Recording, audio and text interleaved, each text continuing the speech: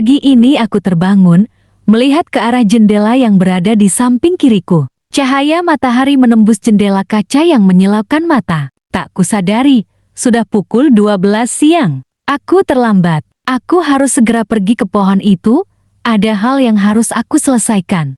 Semenjak aku mengambil daun dari pohon yang ada di bukit dekat kota, aku mengalami kejadian aneh. Hari-hariku yang biasanya berubah signifikan, begitu juga dengan orang-orang di sekitarku. Aku tidak tahu apa yang terjadi. Hanya pohon itu tempat aku bisa menemukan jawabannya. Bukit yang jarang dilalui orang, karena banyak cerita mistis di dalamnya. Aku tidak sengaja pergi ke bukit ini untuk mencari kucingku yang hilang. Siang itu, sepulang sekolah, aku membuka pintu rumahku. Biasanya Siti selalu menyambut di depan pintu, namun hari ini ia tidak ada. Mungkin dia sedang makan, itulah yang kupikirkan, tapi tidak. 2 hari berlalu, aku tidak juga melihat Siti. Saat itu aku memutuskan untuk mencarinya di seluruh kota kecil yang aku tinggali ini, hingga aku sampai ke bukit mistis yang sebenarnya dilarang untuk dimasuki oleh siapapun. Saat itu, aku berhenti di sebuah gundukan yang di atasnya terdapat pohon besar. Anehnya, tidak ada pohon lain di sekelilingnya, hanya rumputan liar dan bunga liar. Aku terpikat oleh daunnya yang bersinar. Tanpa sadar aku sudah berada di bawah pohon itu. Indahnya, daunnya bersinar di bawah langit jingga. Cahaya daun yang berwarna hijau itu begitu membuatku terpukau. Aku memanjatnya dan memetik daunnya. Oh, tidak. Sudah senja, aku harus segera pulang. Aku menyimpan daun indah itu di kantong celanaku. Namun, saat sampai di rumah, daunnya menghitam. Pastinya, aku sudah mencabutnya. Apa yang aku harapkan?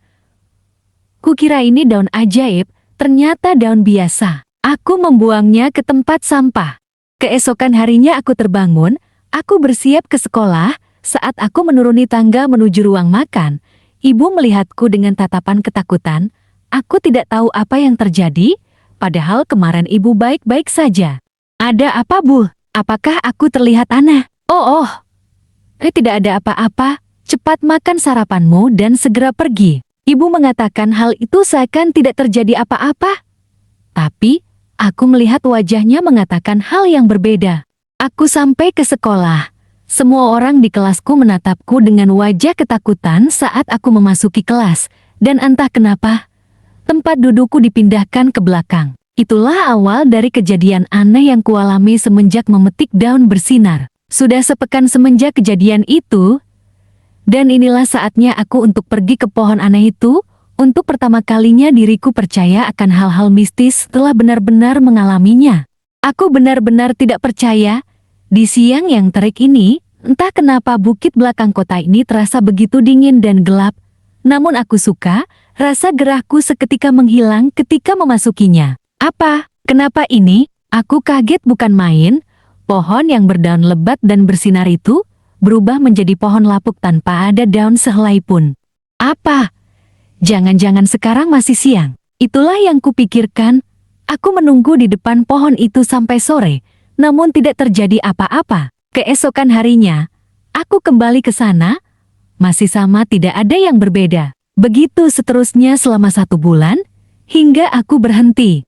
Tempat yang kukira bisa menemukan jawaban sekarang sudah nihil. Apakah aku akan seperti ini selamanya? Ya, bukankah ini yang kau inginkan? Sebuah suara muncul di benakku, bukan suara orang lain, melainkan suaraku sendiri. Aku melihat ke bawah, ke arah tanganku yang memegang sebuah benda. Tanganku terasa hangat. Entah kenapa. Aku merasa, ini sudah biasa aku lakukan. Melakukan kekerasan terhadap orang yang menatapku dengan aneh, dan memenggal kepala orang-orang yang mengganggu kedamaianku. Bukan karena pohon itu aku berubah, tapi memang diriku memiliki sisi lain yang menikmati hidup dengan penuh kebahagiaan. Bahagianya, aku ingin tetap seperti ini, melihat wajah ketakutan orang saat mereka menatapku. Lalu bagaimana dengan kehangatan orang yang kau katakan itu? Itu hanya delusi. Dari awal mereka memang menganggapku seperti monster yang bisa muncul kapan saja. Di balik senyuman yang aku perlihatkan ada wajah ketakutan bagi siapapun yang melihatnya. Siti, kau ternyata di sini. bisa-bisanya aku melupakanmu. Bulu Siti begitu lembut, dan ia sangat menggemaskan, sampai aku lelah mencarinya ke seluruh kota, padahal dia tetap berada di dalam lemari kaca yang penuh dengan koleksi hewan peliharaanku yang aku kumpulkan semenjak kecil dulu. Indahnya melihat kalian saat berwarna merah, kalian begitu mempesona dan membuat jiwaku tenang. Akan lebih baik jika aku menambahkan beberapa orang untuk menemani kalian. Sebaiknya aku membeli lemari yang lebih besar lagi. Cerpen karangan Alan Rizky, cerpen horor hantu, cerpen misteri.